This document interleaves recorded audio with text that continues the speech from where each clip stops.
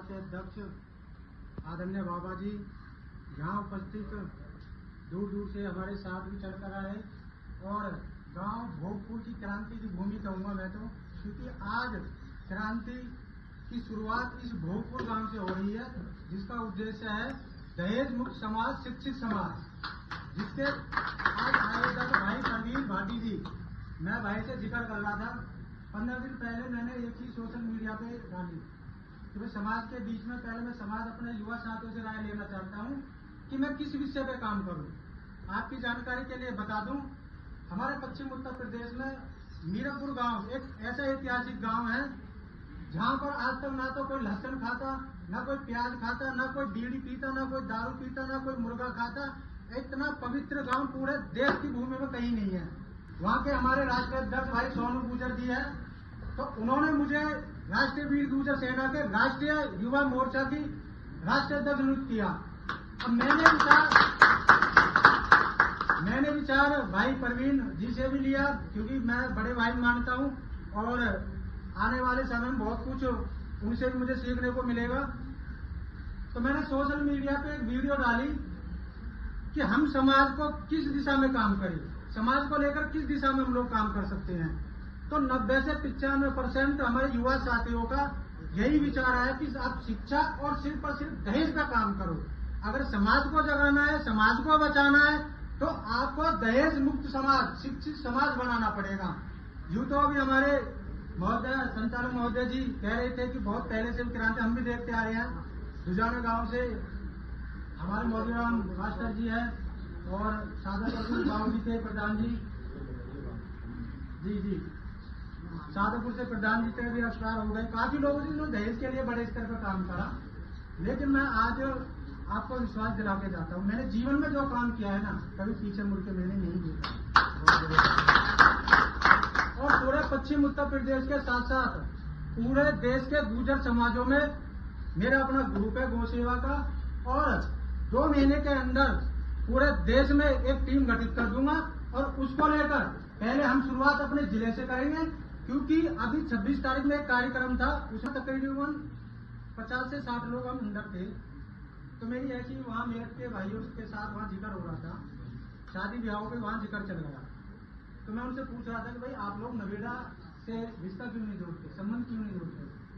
तो उनमें से एक बड़ा मुस्कुरा के बोला कि भाई हम कहाँ रिश्ता जोड़ते, वहाँ तो मुंह फटे रहते, मुंह फटे। तो आप विचार करो इस सोच को कि हमारे प्रति, खासकर नवेड़ा के लोगों के प्रति यह पूरे गुर्जर समाज में एक सोच है।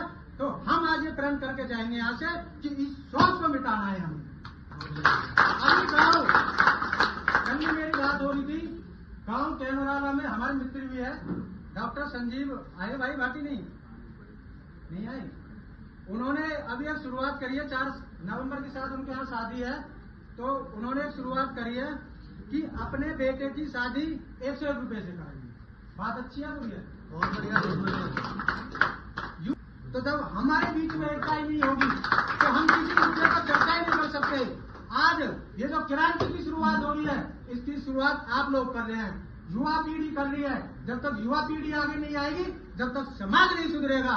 और एक चीज और मैं कहना चाहता हूँ, अभी कई चीजें RAS, IAS राजस्थान में भाई बहुत बनने हैं वकील साहब, तो इसकी शुरुआत बड़ी शादी वो होनी थी, लेकिन बेटा और बेटी जो दुल्हन और दूल्हे थे, उन्होंने इस चीज की शुरुआत करी कि हम दहेज नहीं लेंगे, दहेज नहीं देंगे, हम कंपटीशन करेंगे तो हम शिक्षा में कंपटीशन करेंगे, हम दहेज में कंपटीशन नहीं करेंगे।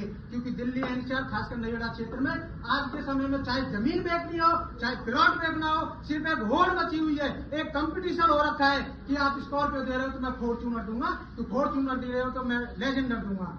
ये कंपटीशन इसका नहीं होना चाहिए। कंपटीशन हो रहा है तो बेटी को पढ़ाओ, बेटे को पढ़ाओ, उसका कंपटीशन करो कि मेरी बेटी ने BA नहीं, मेरी बेटी ने BTech करी है और आपके बेटे ने क्या करा है, इस चीज का कंपटीशन करो। आज इसकी शुरुआत करी है, पहला दिन आज भोगपुर गांव से है। और मैं धन्यवाद भी करूंगा, मेरे साथ भी काफी बड़ी संख्या में लोग आए हैं। इनको मैंने बोला नहीं था किसी को भी। जब मैंने कल जो आपने बैनर बनवाया था, मैंने वो सोशल मीडिया पर शेयर किया। सारे भाई जितने भी साथ आए, 8-10 गाड़ी साथ आई है, अभी कुछ लोग आ भी रहे नवेड़ा से। इनका खुद ही सामने फोन आया, किसी का शुभम फोन आया कि राहुल भाई ये मुहिम बहुत अच्छी है और इसमें हम आपके साथ जुड़ेंगे। आज ये 100 लोगों का ग्रुप है। मैं विश्वास दिला रहा हूँ 2 महीने के अंदर अगर इस ग्रुप को 1000 लोगों को ना कर दूं तो मेरा नाम राहुल गुर्जर नहीं है। और कम से कम कुछ ही नहीं तो 5-7 हजार सभी युवा साथी बैठे सोशल मीडिया से देखते रहते हो गए। गौ सेवा के लिए हमने पूरे देश में काम किया है और हमारा उद्देश्य है ये मेरी संस्कृति नहीं है, ये हमारे बड़े बुजुर्गों की संस्कृति है। गाय मर जाती थी लेकिन उसी खूंटे पे बंधी रहती थी। जैसे मैं वहां देख रहा हूँ प्रवीण भाइयों के यहाँ खूंटे पे गाय बंधी हुई है।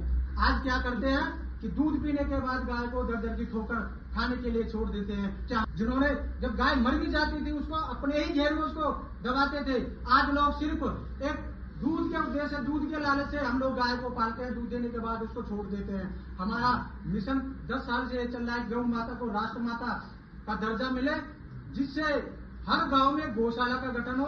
जो लोग छोड़ रहे हैं वो सब गौशालाओं में शिफ्ट हो, शहर में बड़ी गौशाला बने, जिसके लिए योगी जी या प्रधानमंत्री जी पूरे देश में इसके लिए काम हो।